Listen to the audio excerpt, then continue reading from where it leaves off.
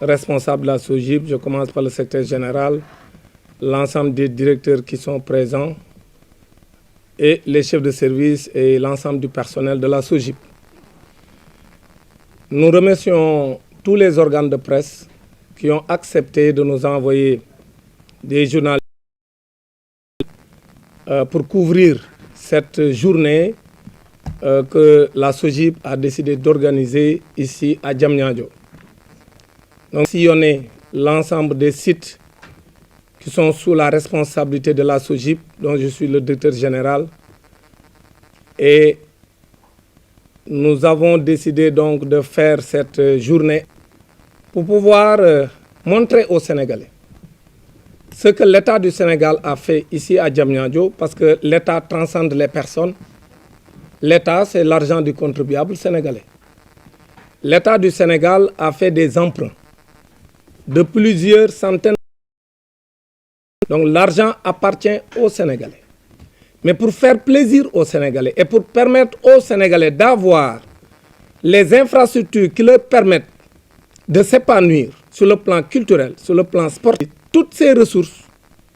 Mais donc nous, la SOGIP, qui avons la charge de gérer ces infrastructures destinées aux populations, nous pouvons dire même financées par les populations parce que l'argent appartient au peuple sénégalais.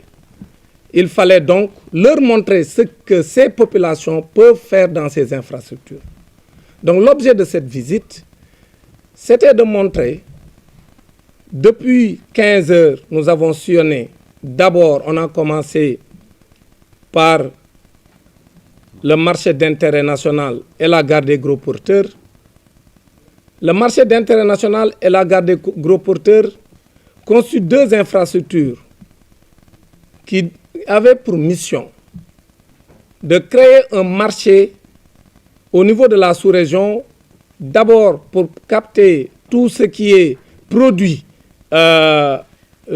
issu donc toute production agricole ici au Sénégal, pour surtout les denrées périssables, parce que tout le monde voyait qu'on perdait beaucoup de produits sur l'ensemble du territoire dans les différentes localités du pays.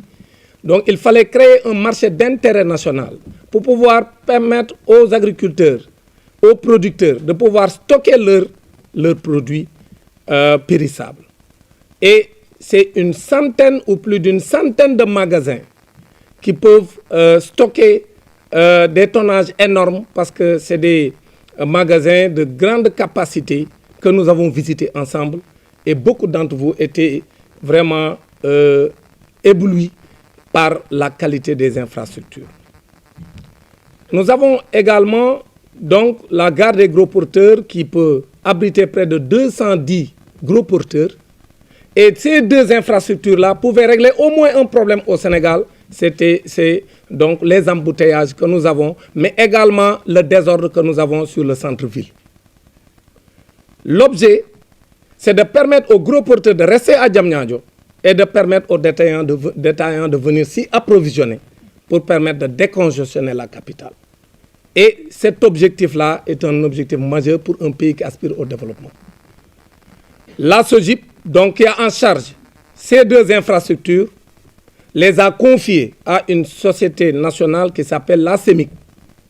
Donc les infrastructures ont été conçues, réalisées par la SOGIP, mais mises en exploitation donc, par une société qui s'appelle la CEMIC. Il y a des difficultés au niveau de la CEMIC, mais la SOGIP est en train de tout faire pour qu'il y ait une exploitation optimale de ces deux infrastructures. Depuis la nomination du nouveau directeur de la CEMIC, nous sommes en train de l'aider à mieux exploiter ces infrastructures. Et ce que nous avons fait aujourd'hui entre dans ce cadre. L'aider à mieux exploiter ces infrastructures-là qui ont coûté beaucoup d'argent aux contribuables sénégalais. Après cette première étape, nous avons tous visité ensemble Dakar Arena. Nous avons vu que c'est une infrastructure d'une qualité extraordinaire qui peut abriter n'importe quel événement. C'est vrai que Dakar Arena et même le stade Abdoulaye Wade où nous sommes actuellement, c'est des stades communément appelés des stades dédiés au sport.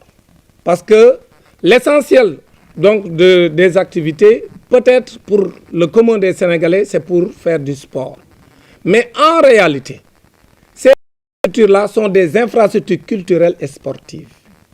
C'est des infrastructures qui peuvent abriter n'importe quel événement. Vous avez vu que nous avons des salles modulables, nous avons des restaurants, nous avons des espaces VIP avec la gestion des flux, des entrées multiples et également des systèmes de sécurité, mais de dernière génération.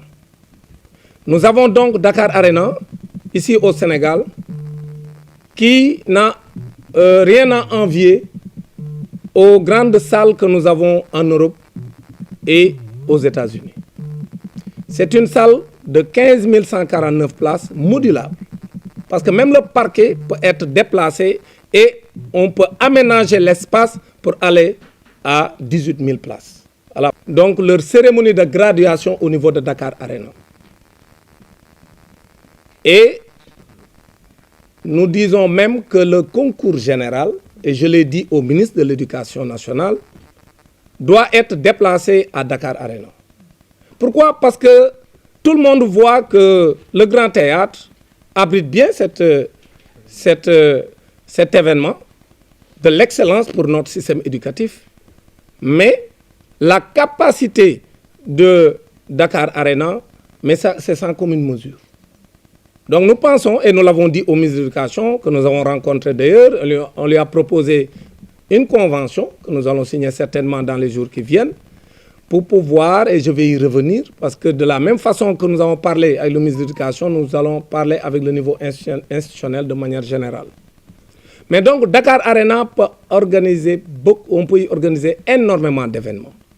Nous avons des écoles comme ISM, comme UCAO, qui ont organisé donc des cérémonies là-bas. Et contrairement à ce que les gens disent, les prix sont très abordables. Nous avons des infrastructures de qualité, mais les tarifs que nous appliquons ne peuvent pas être trouvés sur le marché. Nous avons le meilleur cadre et nous avons des tarifs préférentiels. Donc vraiment, Dakar Arena, c'est un joyau pour le Sénégal. Les autres pays qui ont triché sur le Sénégal, qui ont copié sur le Sénégal, sont en train de faire une exploitation optimale de leurs infrastructures. Donc aujourd'hui, c'est pourquoi on a montré ça aux Sénégalais. Pour leur montrer que, généralement, on y fait pratique du sport et près de 14 autres disciplines qui peuvent être organisées à Dakar Arena. Mais en plus de cela, on peut y organiser tout.